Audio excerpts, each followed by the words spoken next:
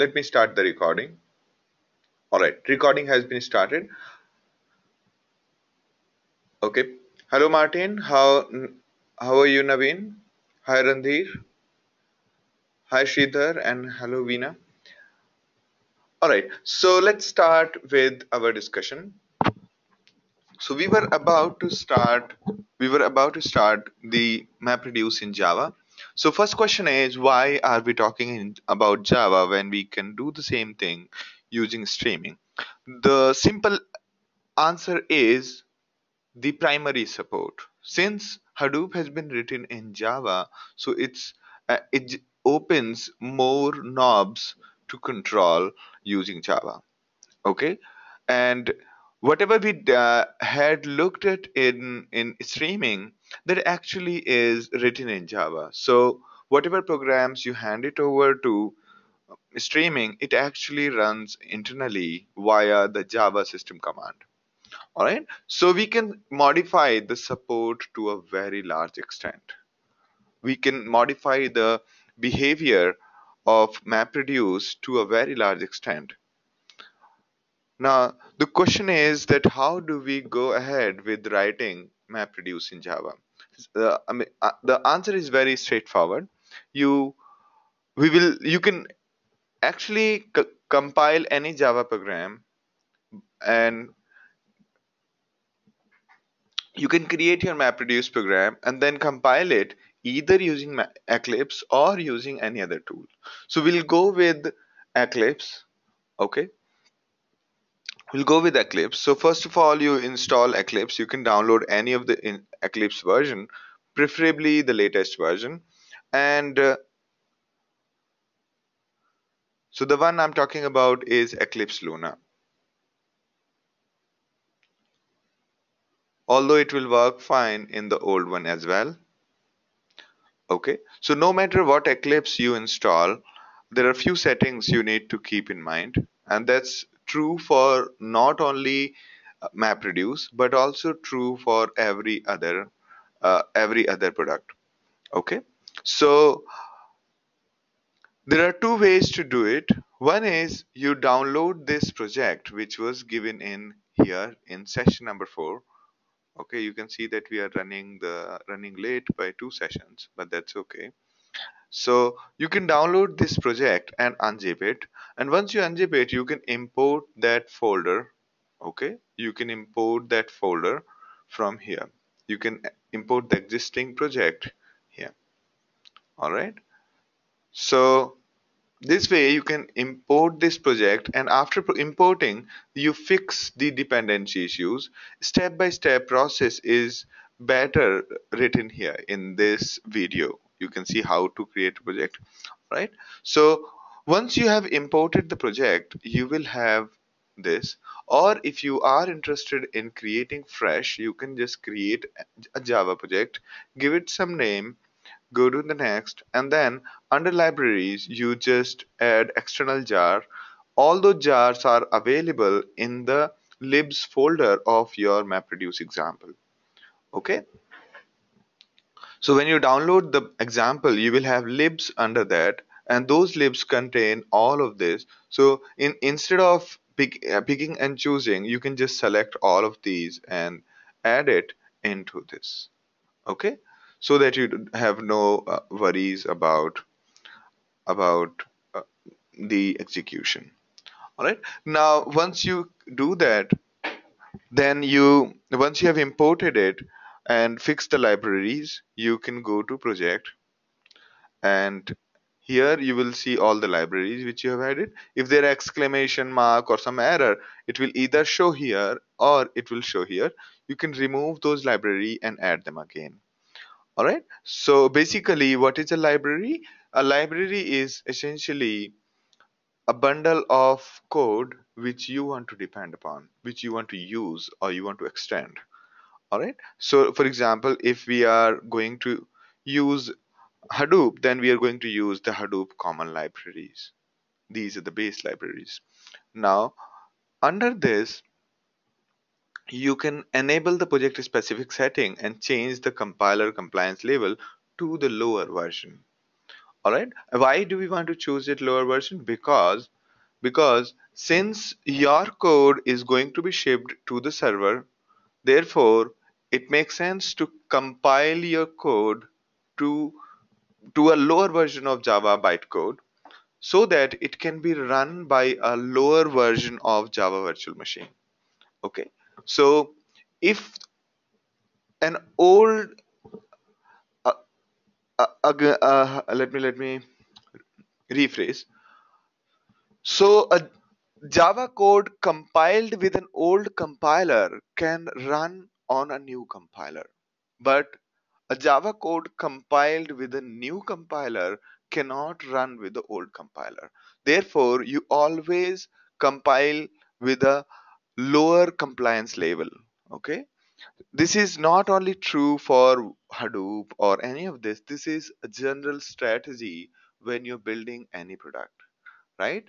Because in case the people do not have the latest version, okay, your program should still work. Therefore, while making a website, you try to make a website compatible for even IE7, right? In the same manner, we are trying to compile to a lower version of for JVM, right? So this is something very important, and this is where most of us actually make mistake. Next is that while creating the project, you can create under the project you can create a package. Make sure you create a package. In certain circumstances, Hadoop doesn't, sometimes it doesn't run if you don't create a package. All right, so this project, once you have created a fresh project, you can create the everything from scratch or utilize what is already there. So right now our package name is my, it is lying in a folder called src. The project name is trg2.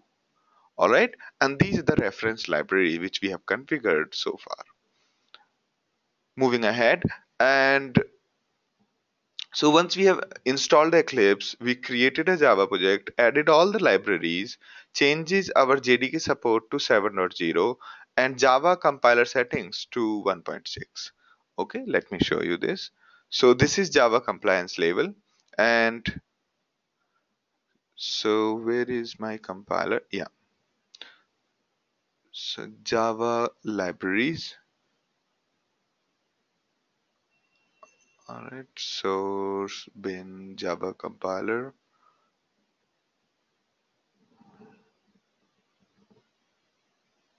Yeah, so here you can go to installed JREs and it shows that it is Java 1.7. Okay,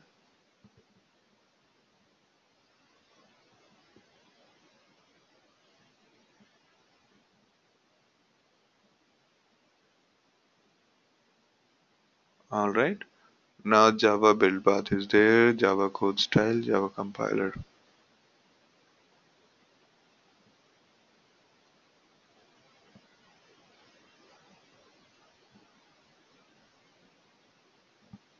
Alright,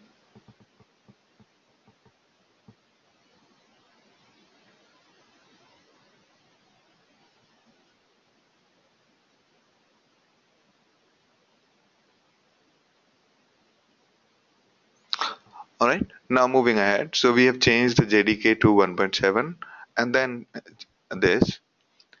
Alright, in case there are multiple JDKs selected there, you change it to 1.7. Okay, now the first step towards writing a MapReduce program is creating a mapper. Here I'll go step by step, so be with me focus, in a focused manner. So first of all, you create a class. All right, so first of all, you create a class. Let me save it in notes.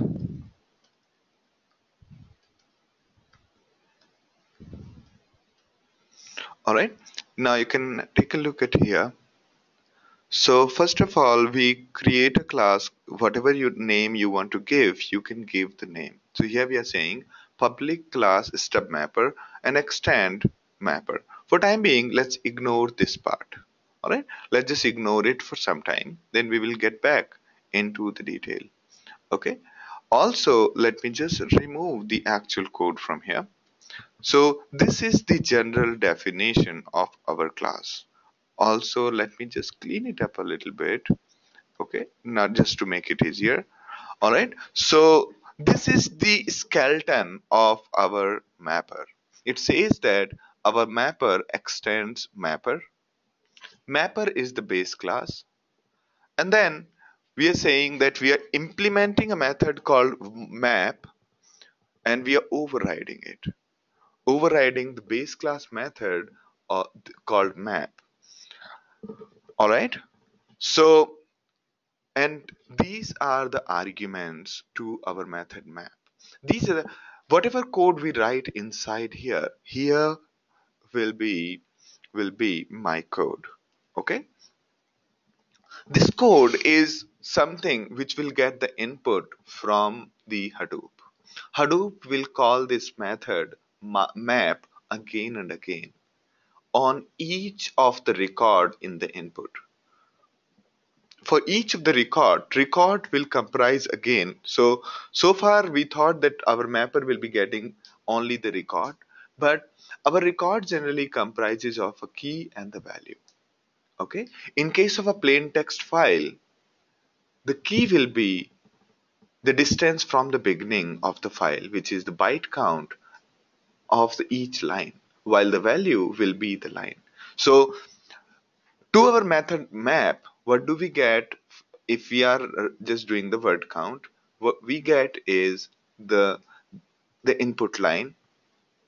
Okay, so for each line our mapper method is going to be called and one extra argument is given to us with the it's not the line number, it's a byte count. Byte count is from the beginning of the file how many bytes will take it, we will have to walk how many bytes to reach this particular line.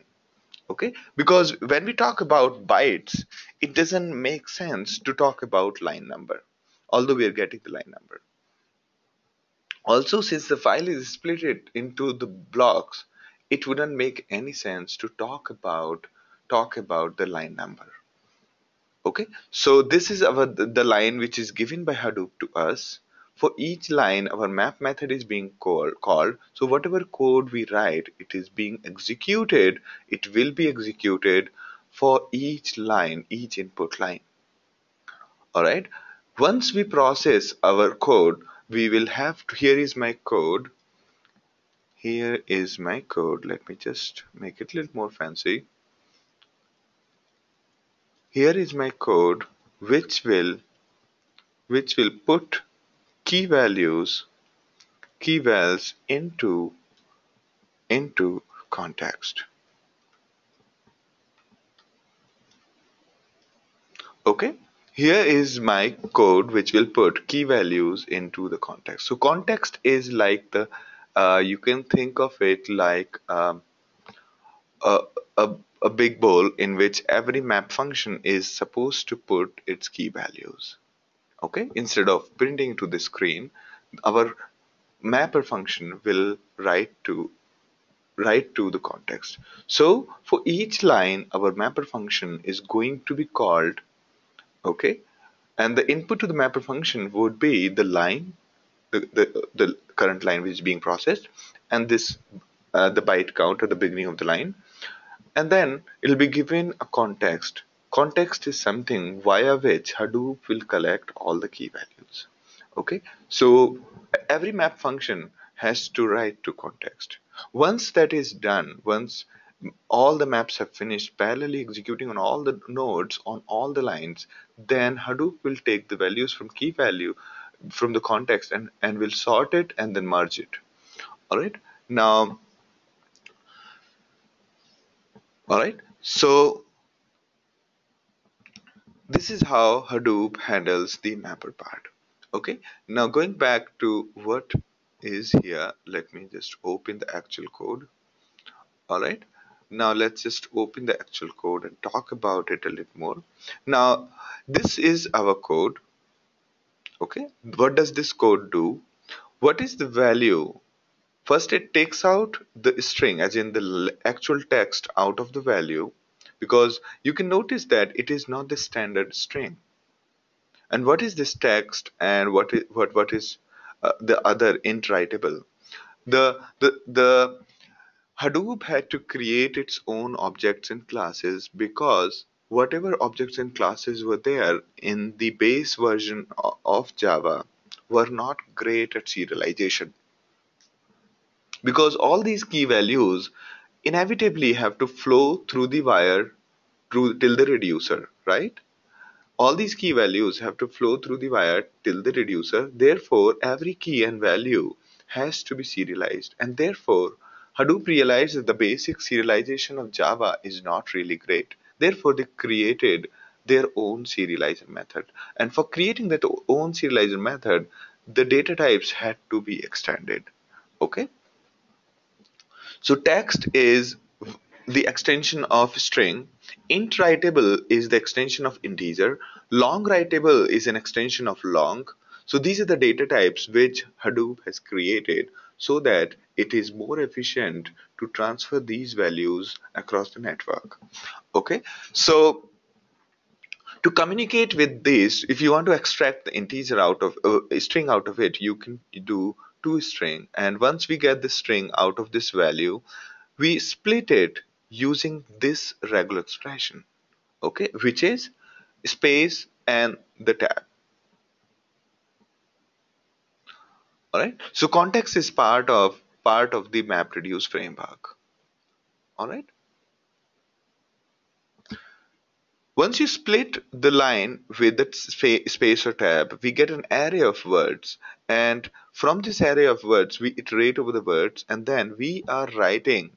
You can see that these are just a statement I'm printing to the screen. It's std out and std error. And this is the line which says that, hey, I'm giving out a key and a value. All right? I'm giving out the key and the value. This is the place where I'm giving out each word as the key and one as the value. You can see that around each word I'm creating a box. I'm creating a wrapper called of type text. So I'm creating a fresh new object for each key. And then I'm putting the one in the box, another box, which represents our value. That's of type int writable. Alright, since context can only take these things which are extended by Hadoop, therefore we had to wrap it around these. So text is the corresponding to string, and int writable is corresponding to int.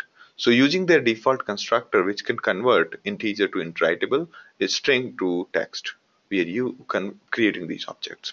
Now once we are done with it, so for each of the words, it is going to write this key value pair into context. All right. And this is going to happen parallelly on all the nodes. This is going to happen parallelly on each and every node. As well as on each node, every record will, against every record, we will be executing map. And when we say against every record, it means that we are going to, in a loop, we are going to call this method. Also, every task on one machine creates only one instance of stub mapper.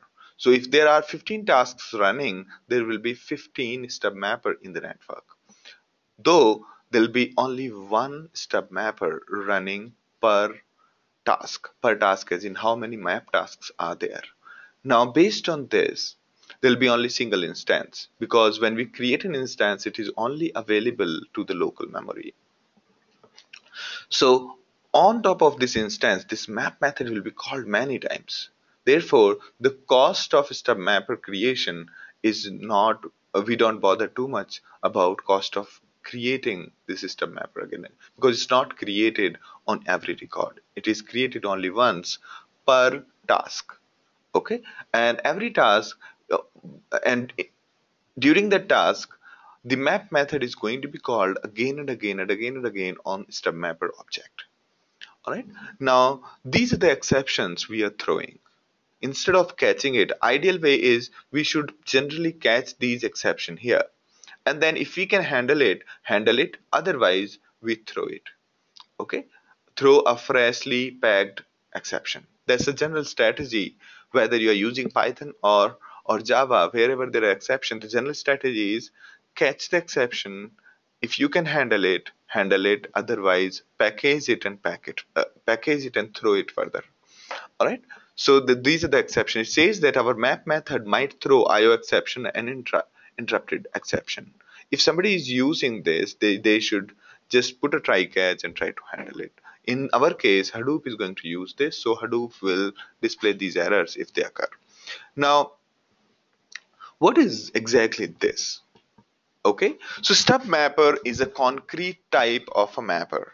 It is extending mapper, and it is saying that my input key is of this type, output keys of output values of input key and input value are of this type, and output key and output value of this type. So since Java needs data type declaration, therefore instead of saying keys of object type or value is of object type, we are explicitly saying that our mapper function is extension of mapper, and our mapper function has a concrete key value of these types. You see, there are four arguments to it. Two for key value of the input and two for the key value data types of key value of the output. Okay, so the way we say that I am this okay, so this array list is going to store only customer.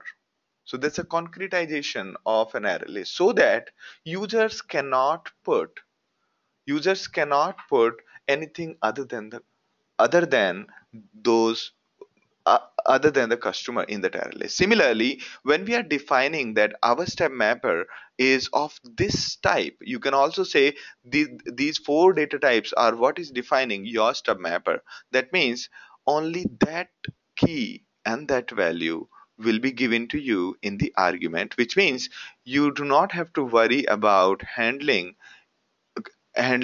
integer string here, because it will be object. Then similarly, while writing to the context, you cannot write anything other than these two data types: text and intritable. Text, intritable. Object and text, object and text. You see that? So that's what is this. Now these are the imports which you are using here. Although this is not being used right now. Okay, you can just export it and remove all of these. Okay, you can remove all of these. Okay, but I'm just keeping it for describing. Now you can also see that we can reuse any of the Java library inside our mapper reducer, whether you want to send email, whether you want to download a website, or whether we want to um, whether we want to fetch the email from a pop server, or whether we want to access some other file system or the database. You can do everything inside the mapper. But be aware that if you do something inside mapper, it is going to be run against every record.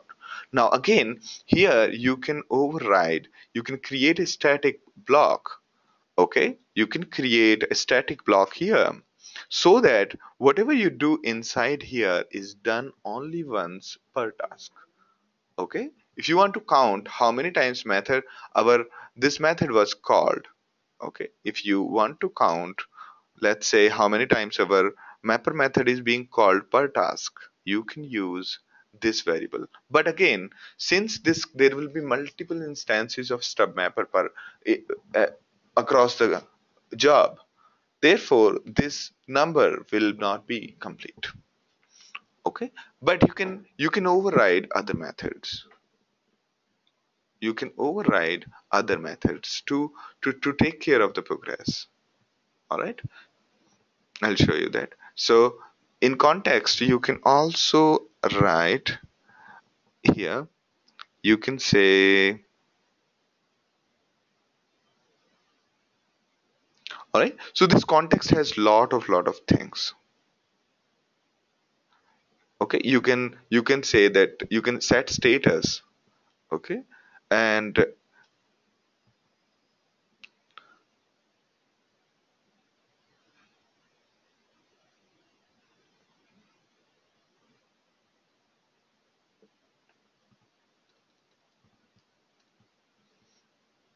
All right, so you can do that. Basically, the context object is your gateway to interact with Hadoop. You can get all the configuration properties using context object. Let's say you are writing a MapReduce program which need to read configuration which you want to control from outside without changing the Java code.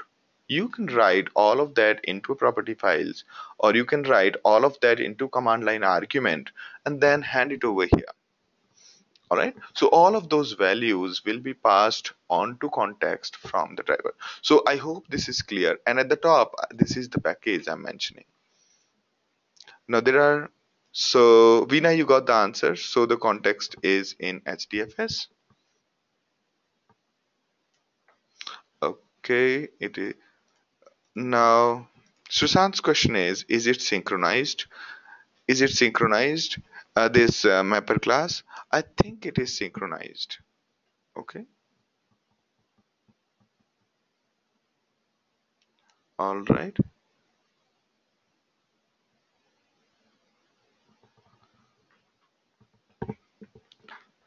Very good question, Sushant. All right. So now I need to. So probably you mean to ask that is the map method synchronized or not, right?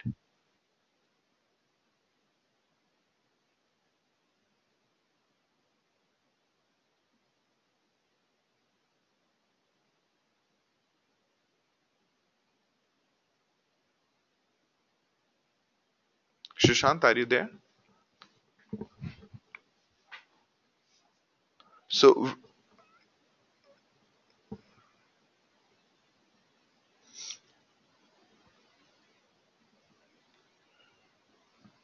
all right. So the question is difficult to answer because if you go into the details of mapper, it doesn't explicitly say in the signature that it is synchronized. It doesn't say that. All right.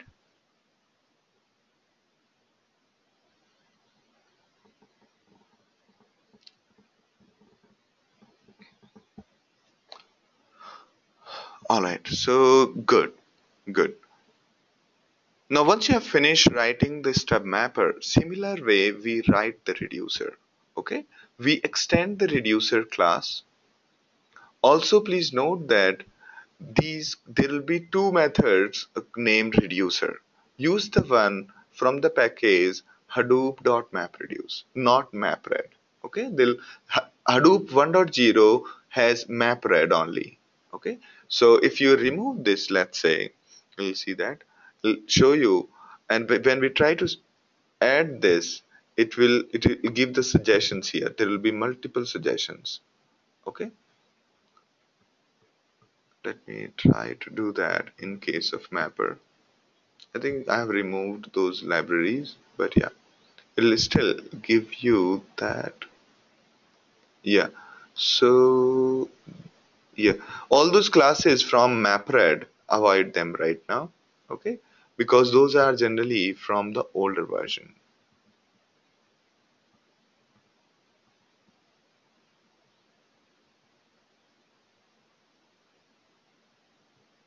All right. Now let me answer a few more questions. Question from Veena is how did you go to help? I did not go to help. I just pressed command in my eh, Apple computer. If you are on Windows, you can press Control and then click on Mapper. Okay, that will take you into the object declaration.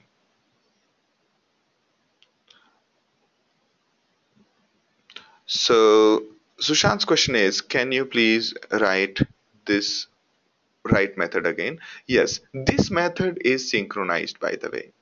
This method is synchronized.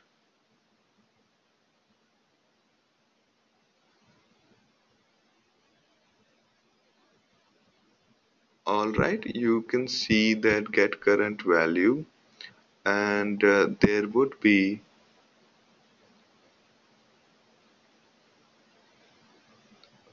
okay, yes, you can see that, yeah, it is synchronized. All right, now coming back to Sushant's question. So how is the write part happening here? So what exactly is going on? instead of printing it to std out, or we are giving to std out, instead of that we are handing our data in the form of key and value to the context object. Object collects from this node, as well as there will be parallelly another context object on every node. And Hadoop coordinate or collects all the key values via this context object from all the programs. So every program is supposed to write, every map method is supposed to write to the context object. Now this context object will essentially require you to give key in this data type, which is text. So we had to convert our word to this data type, and value, even though the value is just one, we are wrapping it in int writable. Okay, so whenever the and these are the new data types provided by context. All right.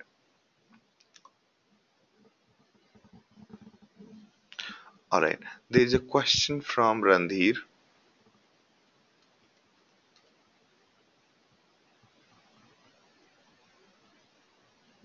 There are two questions from Randhir.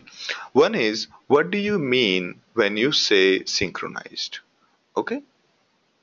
When you say synchronize, it means that only one person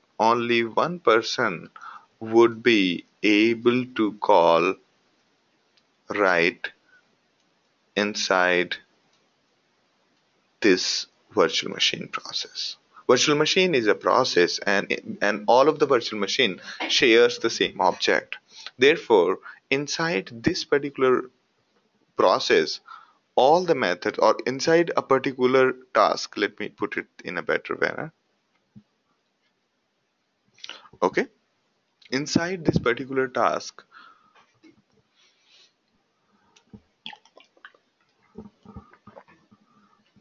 only one mapper will be able to write to the context. Okay, now why is it necessary? So that it doesn't overwrite or corrupts each other's data. By default, the hash table and other data structures are not that safe. Therefore, it makes sense to make write to be called only one parallelly by only one person at a time. Okay, so that not everybody tries to access this context object and corrupts the data. All right, so that means it is going to make it sequential on one machine, but that's okay.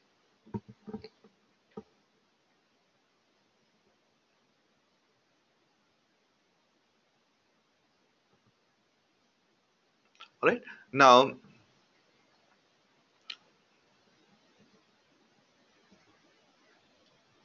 how will you, in context.write, write how will you write when you display list of users in our DNA example? So in our DNA example, we will keep we will call context dot write multiple times. Okay, if we have to write multiple values, we will write multiple times. Okay, there is another question from Sushant. Question is, what if I write the reduce logic in the same class or same map method? Now that's an interesting question. Again, now if you guys are not aware, then one class cannot extend two base classes. Okay, so something can either be a mapper or a reducer, meaning something can either extend a mapper or extend a reducer. Okay, therefore if you try to stuff your logic here, you will not be able to extend the reducer, right? Because here you have to extend reducer. Therefore the syntax does not allow you to use the same class for same map method. Reduce and for reduce and map, you cannot use the same class.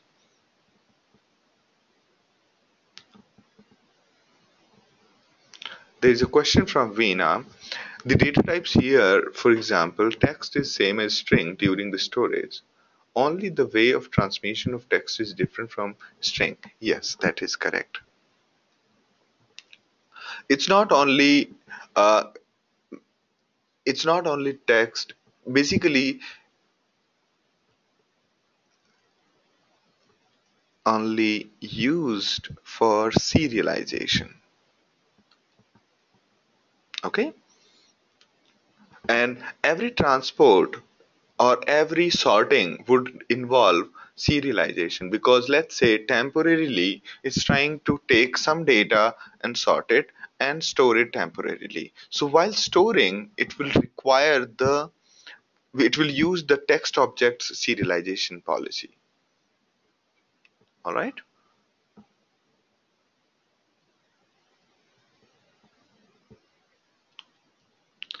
Sridhar says, is it not allowed inheritance property? Yes. Java doesn't allow multiple inheritance.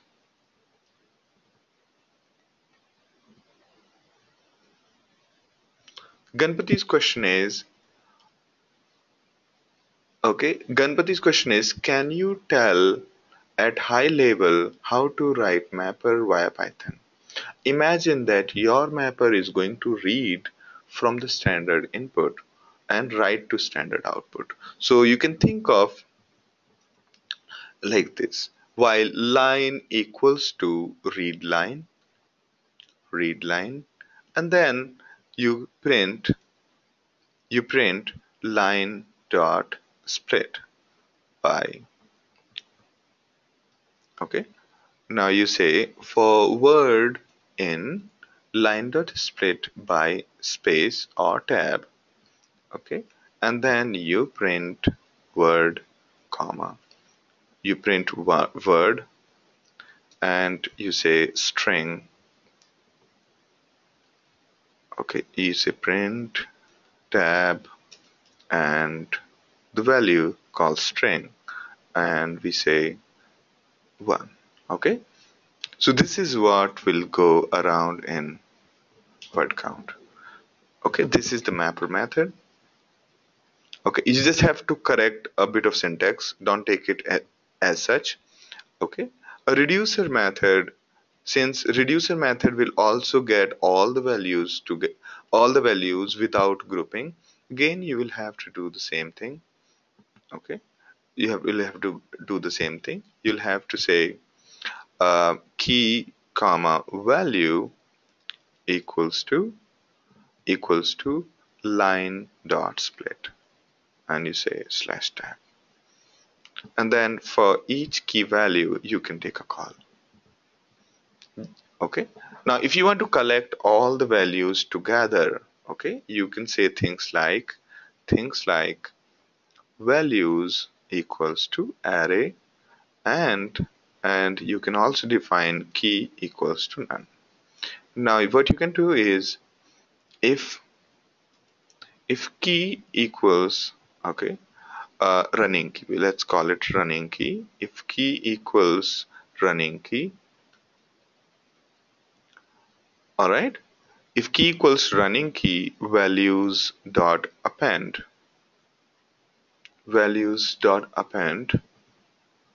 what was that value, else print values, okay, whatever values were there, and values equals to, you reset it to values, and then key equals to, or print aggregate of key and value, whatever values which we have prepared, and then key becomes the new key.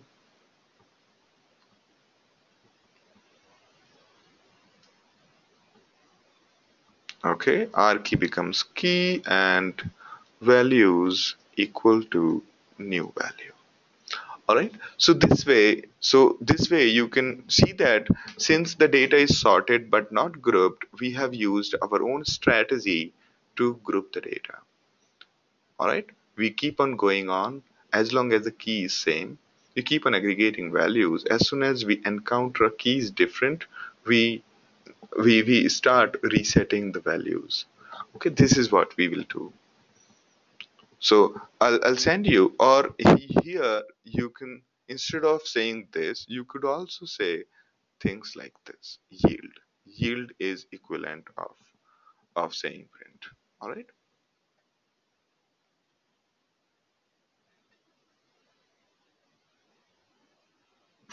Now, how do you execute it? You save this in one file. Okay, you can say that this is mapper.py and this is another map reducer.py. You save these two, and the way we executed our shell program using Hadoop jar streaming program minus minus mapper and mapper.py and then minus reducer reducer.py, you can use in the same manner. All right, Ganpati.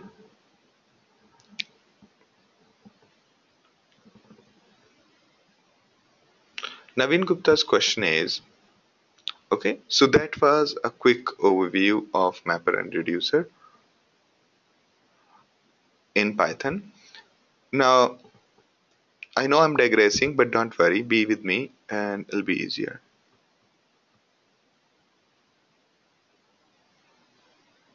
Okay, once you are done with it, I'll say you. So you say chmod x mapper.py and reducer.py. Okay, and then the way you execute them is Hadoop jar. This is um, path to a library, and then you say Hadoop streaming dot jar, and then you say mapper equals mapper dot py, and reducer is reducer dot py, and then you say files mapper dot py comma reducer dot py. Okay, and then here after this you could also say input is in my data mr or whatever, and then output is in some output folder. Okay, so you could execute this like this. All right, but before this you could try executing it like cat my file pipe pipe mapper.py. Okay, this way you can test quickly whether your mapper is working fine or not. Then my file 2 and pass some data to reducer. So test your reducer separately, test your mapper separately, and once that is done, you can do cat file, then say mapper.py, then sort, then reducer.py, and okay, and then you could save the data to the output. All right, or if don't save it, let's just see what happens. Okay, so this is the general strategy of getting your program done. All right, if everything is working, so most of the time you will get stuck at this place itself.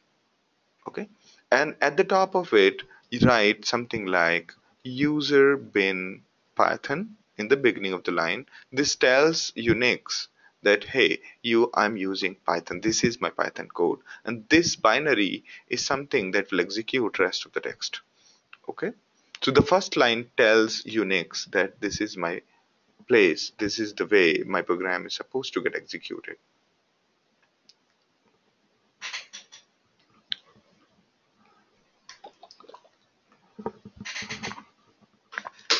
All right, so how does split know the input in the mapper? How does split know in the, you will get to know this as we go forward. All right, so Pawan's question is, I tried few Python mapper reducer but could not use the above strategy. You try to execute, did it work, did it work, did it work, did it work? And then if everything worked, then try this. If things are not working, look carefully at the error message. All right,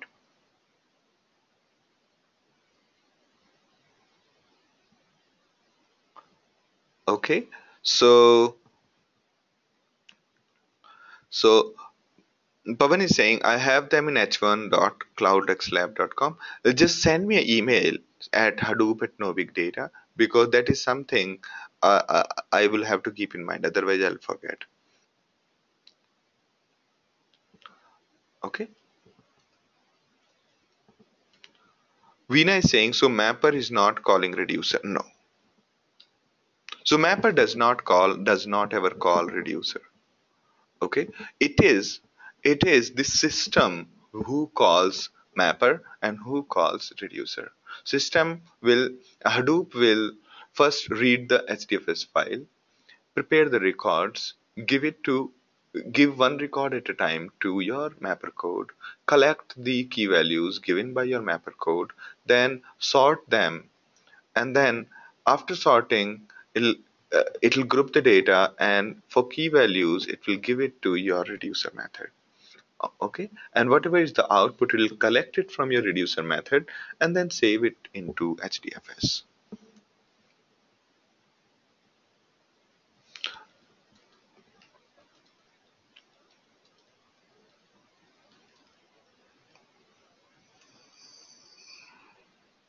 All right.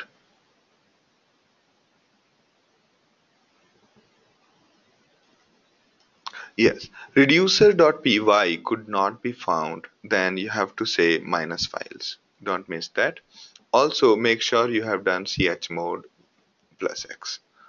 Otherwise, you in for your program you have to have this first line, please note, as well as this one.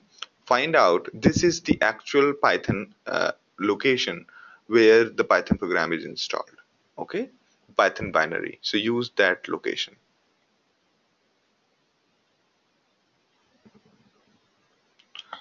Okay. So also note that these files, whatever we talked about, reducer and mapper, they have to be in the local file system. All right, they have to be in the local file system. So if you are uploading in Hue, you'll have to say one method is okay. So those people who are confused about this, have a look at this particular thread or this particular in here.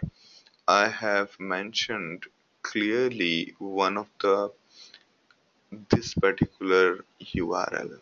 Okay, so I've tried to explain it. How do you deal with all of these file systems? Okay, because all of these confusions are about not understanding which file is where. Okay, so there is HDFS, which is common to all the nodes where you put the data. That is what is available inside Hue. And then there are individual machines, files, local file systems, H1, H2, H3's file system. Then there is fourth one is your desktop and your laptop, wherever you are connecting from. That also has one file system. So if you want to execute a program, that program has to be in the local file system. If you want to execute, if you want to read a file in HDFS, that has to be in HDFS. Okay. So here in this streaming, this has to be in local file system, local file system. While this this output and input folders are supposed to be from HDFS. Okay, so please go through that this particular thing. Okay, which basically this diagram will help you. This is H1, H2, H3, and this is your desktop, this is my desktop. We are all talking to H1, H2, H3 either via PuTTY, WinSCP, or SSH or SCP. All right. And from H1, H2, H3, you can talk to HDFS, you either using Hadoop fs minus ls. And from your desktop, you can directly talk to HDFS via Hue. This line you see.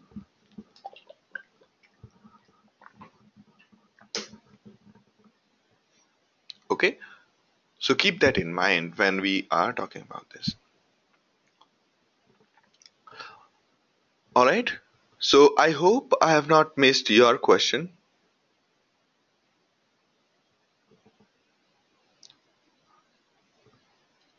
Okay. Now question from Randhir is how to load file from desktop to S13 using the command line. Okay. So the answer is again here. You have a look at this diagram. So this is your desktop. From here, if you have to take the file to H1, this is H1, okay? H1, H2, H3. You can use WinSCP for uploading files. To connect to command line, you can use PuTTY, while WinSCP is good for copying. If you are on Unix, that is my machine, Mac machine. If you are on Unix, you can use SCP to copy the files directly. Or there is another way. You first upload the file into Hue and then download to H1 using Hadoop fs minus copy to local. Alright, so that is two-step process. Make sense to you now? Alright, coming back to our reducer code. So in this reducer, there are two more things I forgot to tell. This system.out, system.error could be used to print out the error or the output to the stream. These are available in the logs.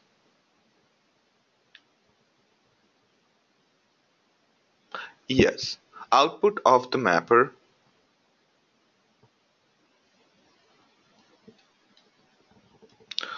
So output of the mapper is shuffled before submitting to the reducer. It is the Hadoop who does that. Okay, it is Hadoop who does that because it's not mapper or reducer. It is the Hadoop. That's the only role Hadoop has. Sorting the data. That's the functionality it provides. All right. Now moving ahead. So this is the mapper which we have created. Now in the reducer, here you get the values. You get these values ordered by key.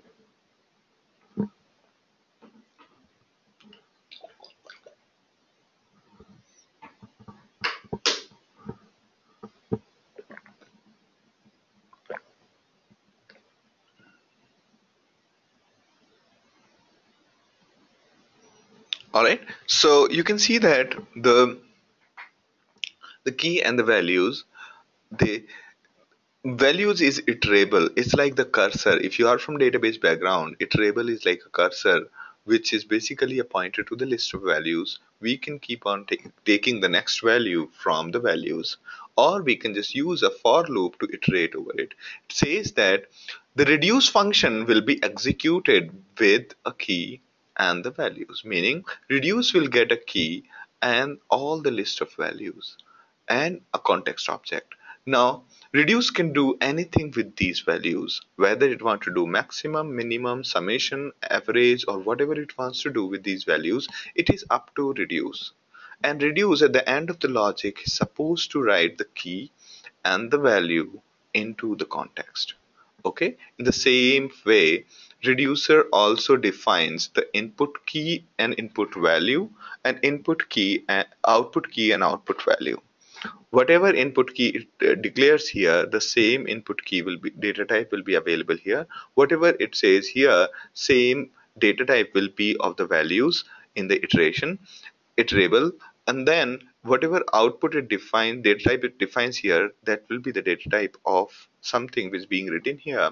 And since whatever key we got, we are just giving it back, so the data type of the this key is going to be the text. So nothing to worry there. But here we are saying our output is the summation of all the values. So we are saying let it be long writable instead of int writable. Okay. So, but since we have, okay, here we are printing long writable. Had we been printing int writable here, okay, we will put int writable here, the same data type. Okay, because input to the reducer will be of the same data type which mapper has written. The data type is going to be the same. All right, this way we can write our reducer. So here what exactly we are doing, we are defining a variable called sum. We are summing up all the values And once we are done with summing up, we are creating an object called long writable and writing it. And that's how it will basically aggregate all the values for this particular key. For this particular key, these are the all values, and here it's summing it up and printing it out. So reducer is reducing many values into a single value. All right. Now, once we are done writing the reducer, what we have to do is we have to write a driver. Driver is the the sort of assembler, somebody who basically ties things together. It's tying things together. It's saying that create a job, give it a name called word count, create this job based on this config object. This config object declares where is my name node and where is my resource manager. This conf object is saying that. Now, now, once that is done, you create an object class, and then we say set jar by class, meaning this is the entry point. This is the entry point for this jar. Also, we define our mapper class and reducer class. We say that here is my class, okay, while creating the job object is like, how should I say, do? So it is something like we are preparing our job for the execution. This job we have put the mapper, the definition of the mapper class, definition of the reducer class, and the output expected output data types from the overall job, and also what is the expected output key from the mapper class. All right. Then we also write something called input path. So to the same job, we are adding the whatever we are passing as the first argument and the second argument as the output path. So input path is first argument, and then the output path is second argument. All right. Now, if you have multiple input files, you could call this method again and again and add more input paths to, to the job. And then once we have done assembling the whole job, we make a call to job.wait for completion.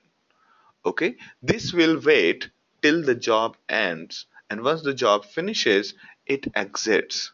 Okay, it exits, and then you can have a look at the data in the using the browser. Okay, the data will be written at this location.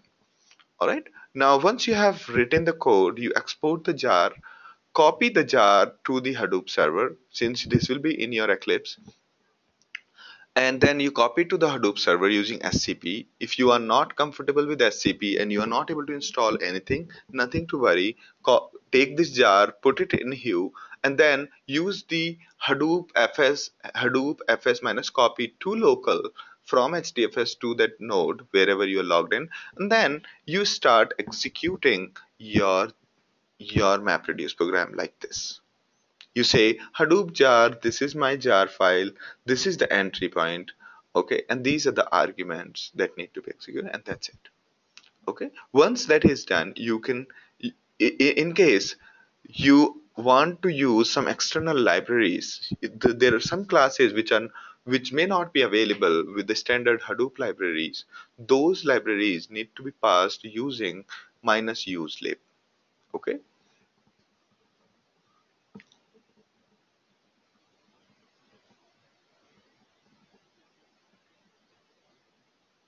All right, so let's try to run it. Okay, so before I would not like to break my flow right now. Let's just try to run it and then I'll answer your questions. Okay,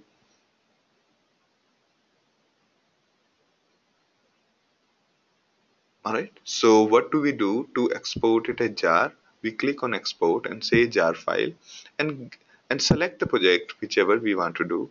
And then here in the output folder, we can write sg.mr, whatever you want to say. And then we next and then finish. The output file already exists. Do you want to overwrite? Yes.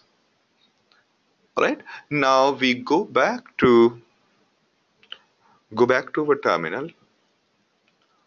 All right. Is the font good enough?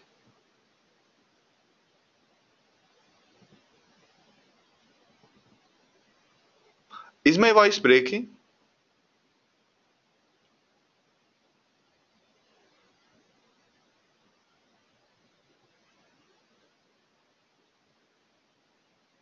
Okay, okay. I think it's good now. It was breaking earlier.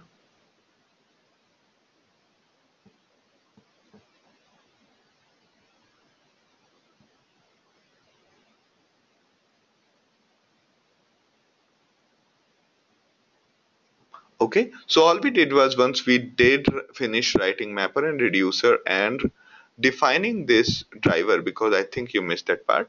So you create a configuration, empty configuration object, and then we say, give me the instance of the job for this configuration. And then we say that this is the name of the process that will be that will be shown to virtual machine JVM. Since JVM is going to run all of this, then we are passing the name of the jar. This is the entry point which we are setting. This is the mapper class. This is the reducer class. And this is the commented code. So don't bother looking at it. So here output map output key we need to define. This is map output value we are defining. And and just to check, yes, it is int writable. Yeah.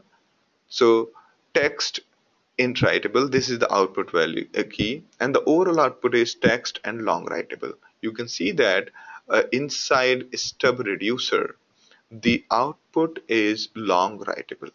Okay, you can see that. All right, once we are done with that, we add the file path to be as input. So we are saying file input format and add input path is this. File output format, set output path is this. And then we wait for the completion. That's what we were doing. In case you missed it, then we exported the data and then exported the jar. And now we are going to copy this jar using SCP. You can use WinSCP. Alright, you can use WinSCP, and let me also find out the login and password. Okay, 5655 SCP. What was the location of my file? It was in downloads and it was sg.-mr. And I'm going to say that copy it to S5665. Is that correct? Yes, at h1.cloudxlab.com colon sgiri. Colon sgiri means I am trying to copy this jar onto that server and into my folder called sgiri slash. Alright, now let me try to do an SSH S5665 at,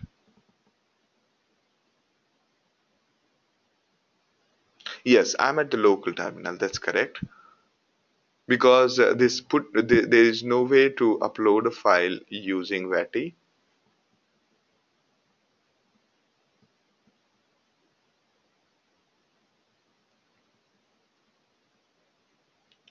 Alright, now we are saying h1.cloudxlab.com.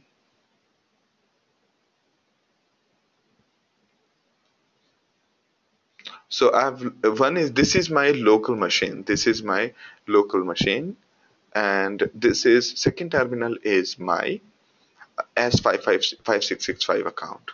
This is my, so this is my desktop. This is my desktop or laptop, and this is h1.cloudxlab.com. Okay, so here you can see that inside asgiri we have sg-mr. Sounds good. Let's try to just see whether it is running or not. It says that you have to provide the main class method. All right, let's just provide the main class method, and that was sg dot stub driver. Oh, there is no such thing called stub driver. Let's try to, what was the package name again? I think it was my. Yes. Now it says that the usage is this. And where does this message come? Usage is this. Where does this message come? It comes from our driver. You see the driver here? It says that if the arguments are less not equal to 2, print this. Okay? This is where this error message is coming. That means our program is being executed. All it requires is input folder and output folder. Okay, let's and how are these input folder output folder being passed? This argument is what is being added to the input path here. You see, argument 0, argument 1. So argument 0 will be this one, data slash mr slash input, sorry, mr slash word count, and then slash input. Okay, and then I'm just going to put in the asgiri folder in hdfs. Okay, let's see what happens. What does it say? It says that this folder already exists. Okay, no worries. Inside this folder, let's put today's date. What is today's date? 8th November. Is that today's date? 7th November. Okay, 7 November.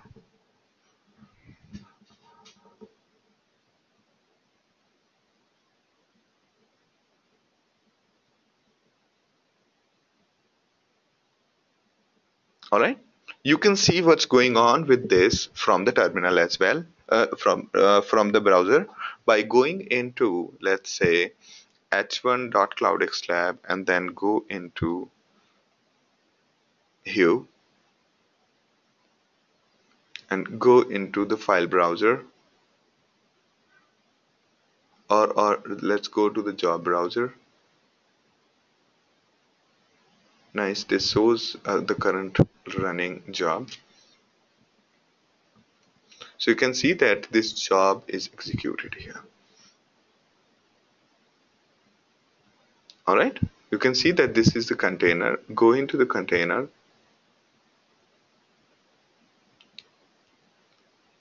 All right, this is the attempt number.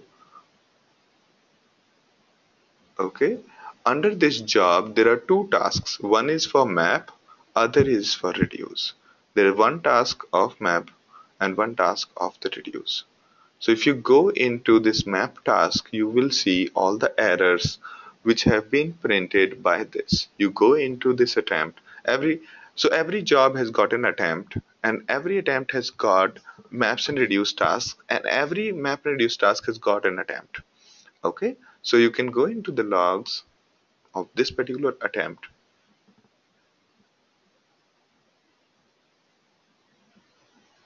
Now this is downloading the std out. Okay, but so whatever you print here in the mapper, whether in sysout or syserror, is going to reflect here. Let it come and we will see. Okay, so let's just yeah, let it finish loading. Looks like taking a lot of time. Okay, and in the parallel, let's just open another file browser. This is our job browser. This shows what happened. It shows that the attempt has succeeded. Okay, and here if it attempt has succeeded, under asgiri folder I should see 7 November folder containing the output.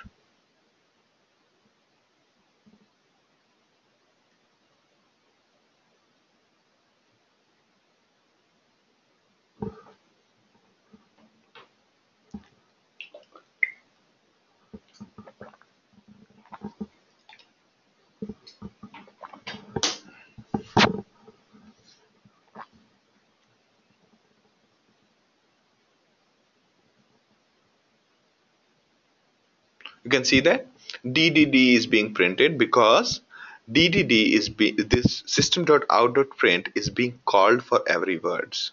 Okay, similarly std error will be printed for each word on every node. Okay, right now since there is only one task, it's not being run on multiple machines, therefore there is only one attempt here. If there are multiple attempts, then we have to go into each and check. See that? So this is how you can also debug. And at the parallel, you can see that the words are not clean. If we have to clean up the words, we can here, before giving to context dot write, we could say word dot equals to word dot remove, or word dot, what do you call, replace. Okay, replace all. And we could say simply anything which is not A to Z, A to Z, and 0 to 9, replace that with nothing. Okay, and also we could do things like, so this is remove the special characters. Okay, this is for removing the special characters. And then we could also say word here dot to lowercase. Okay, and in if word dot length, and we could also do things like trim. If word dot length is greater than 0, only then you print it to the output. Otherwise, you don't print anything else. Okay, so this way you can um, okay, this way you can quickly generate, you can quickly clean up the data. All right, you can quickly clean up the data. That's what we are doing here. We're replacing anything which is not alphanumeric with nothing, or we can replace this. And also what we can do is, or we can do it here, we can say value value value. All right, and then once we have split, okay, sounds good to you.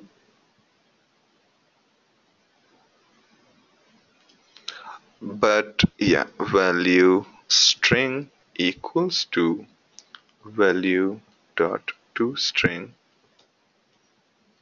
Yeah, this is what you can do. All right.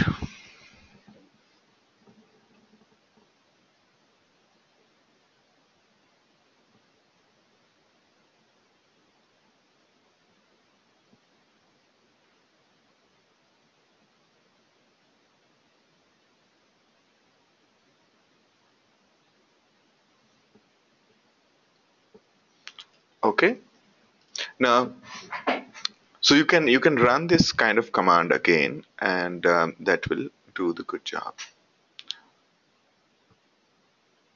All right, this will clean up the data.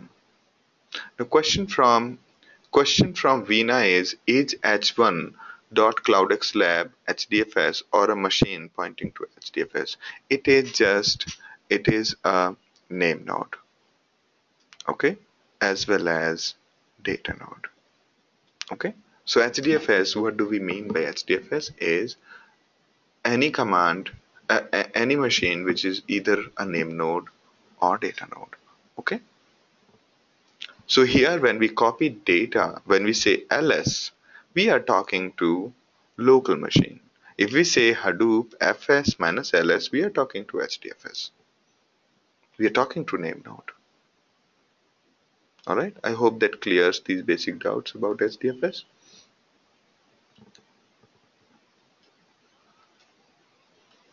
All right. Now, question from Ganpati is, to run SCP, do we need to install something first?